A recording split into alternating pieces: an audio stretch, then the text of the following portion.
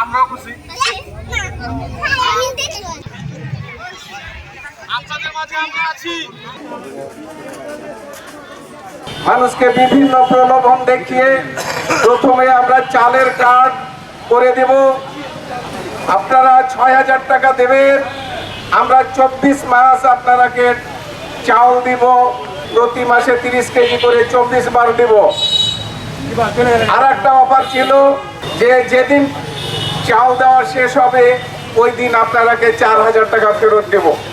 ওরা প্রথম চাল দিয়ে এখন ২০-২২ হাজার কার্ড বানাইছে। এদিকে বাড়ি করে দিব বলে নিম্নবিত্ত শ্রেণীর মানুষের কাছে লোভনীয় অফার দিছে যে আমরা বাড়ি করে দিব ৫৫,০০০ টাকা দিলে ৩,৫৫,০০০ টাকার বাড়ি বানিয়ে দেব। এই করে ১,০০০ থেকে ১,২০০ বাড়ির টাকা নিচে তারা আজকে গরু ছাগল বিক্রি করে আজকে বাড়ি দেওয়ার নাম করে ৫৫,০০০ টাকার বিনিময়ে বাড়ি দিয়ে তারা ৩.৫ লক্ষ টাকার মাল সামানা দিয়ে আমাদেরকে বাড়ি করে দেবে করে লোভনীয় প্রলোভনে দেখিয়ে আজকে তারা কোটি কোটি টাকা লুটপাট করে তারা আমাদেরকে বিপদে ফেলে পালিয়ে গেছে বা জেলখানায় অবস্থান করছে। তারা মাতৃত্বকালীন বাম দেব করে ১৫,৫০০ টাকা করে দিয়েছে। তারা মাতৃত্বকালীন ভাতা দিয়ে তাদের ছেলে হওয়ার কার্ড দিয়ে ১০,০০০ করে টাকা দিয়ে তারা আজকে তারা জেলখানায় অবস্থান করছে। কিন্তু আমরা যারা ভুক্তভোগী আমরা কোথায় যাব?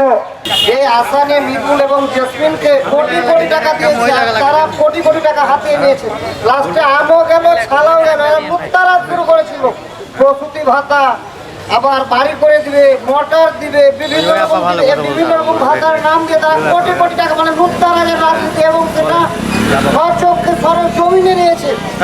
আর যা ধরা পড়ার কারণে আজ তারা প্রশাসনের আন্ডারে আছে। আমরা চাচ্ছি আমরা যারা ভুক্তভোগী আমাদের ন্যায্য টাকা আমরা ফিরিয়ে দেওয়া হোক এবং তাদেরকে আইনের আশ্রয়ে কঠিন শাস্তি দেওয়া হোক।